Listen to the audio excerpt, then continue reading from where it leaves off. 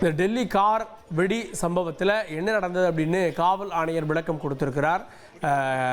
அந்த காவல் ஆணையர் சதீஷ் கோல்சாவுடைய விளக்கத்தில் அந்த வாகனம் நகர்ந்து கொண்டிருந்ததாகவும் அதில் ஆட்கள் இருந்ததாகவும் ஒரு தகவல் வெளியாகி இருக்கிறது. கூடுதல் விவரங்களை தொடர்ந்து ரமேஷ் வழங்கி கேட்கலாம். ரமேஷ், இப்போ இது ஒரு புதுமையான கோணமாக இருக்கு இல்லையா? வாகனம் நகர்ந்து கொண்டிருந்தது, நிறுத்தி வைக்கப்பட்டிருந்த வாகனம் அல்ல, அதில் ஆட்களும் இருந்தாங்க அப்படின்றது, அதை எப்படி உறுதிப்படுத்துகிறாங்க? காவல்துறையுடைய தகவல் என்ன? இந்த வெடிப்பு ஏற்பட்டதுமே என்ன சொல்லப்பட்டது, பார்க்கிங் செய்யப்பட்டிருந்த வாகனம் தான் வெடித்தது என்று முதலில் தகவல் வெளியானது. ஆனால் இப்போது காவல் ஆணையர் செய்தியாளர்கிட்ட பேசுகின்ற போது இது சென்று கொண்டிருந்த வாகனம் தான் அப்படின்றத சொல்லியிருக்காரு. அந்த இடத்துல லால்பத்தின்னு சொல்றாரு. லால்பத்தி என்றால் சிக்னல்.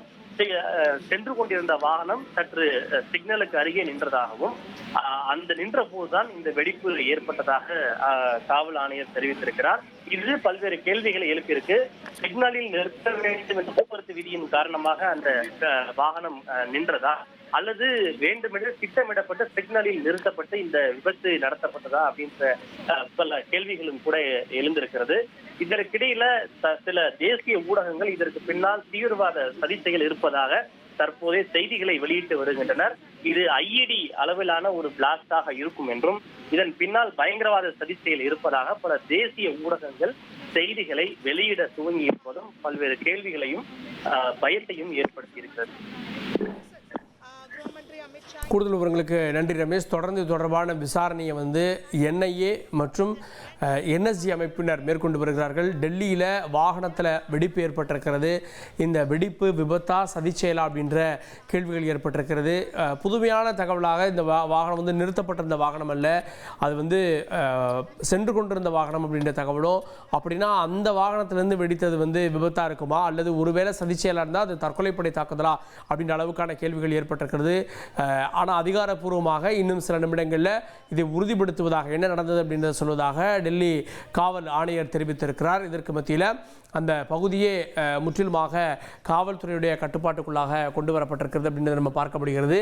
டெல்லியினுடைய நிலைமை அப்படின்றது மிக தீவிரமாக ஏற்கனவே சமீபத்திய நாட்களில் காற்று மாசு உள்ளிட்ட விவகாரங்களில் டெல்லியில் போராட்டங்கள் நடந்தது.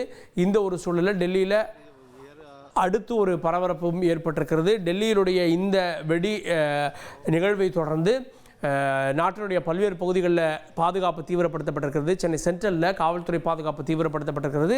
அந்த காட்சிகளையும் பார்க்கலாம்.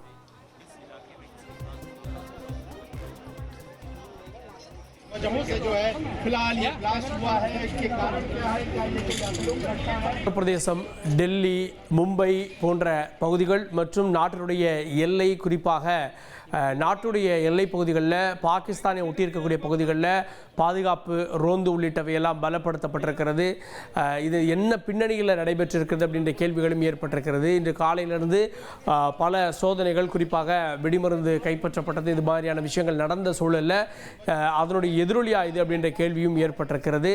மிக முக்கியமான நாட்களில் பல்வேறு கட்ட பாதுகாப்புகள் இந்த பகுதிகளில் கொடுக்கப்படும்.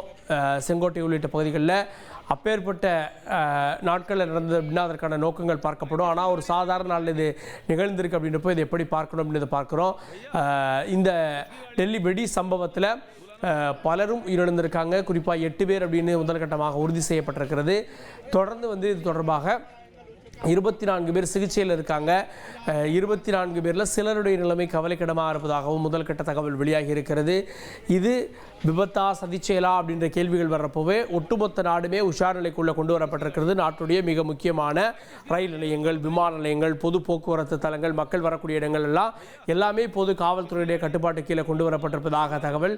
எல்லைப்புற மாநிலங்கள் இங்கெல்லாமே தீவிரமான இந்த தடுப்பு நடவடிக்கைகள் எடுக்கப்பட்டிருக்கிறது. பாகிஸ்தானுடைய எல்லை அப்படின்ற இடங்கள் எல்லாமே இப்போ தீவிரமாக கண்காணிக்கப்பட்டு வருகிறது.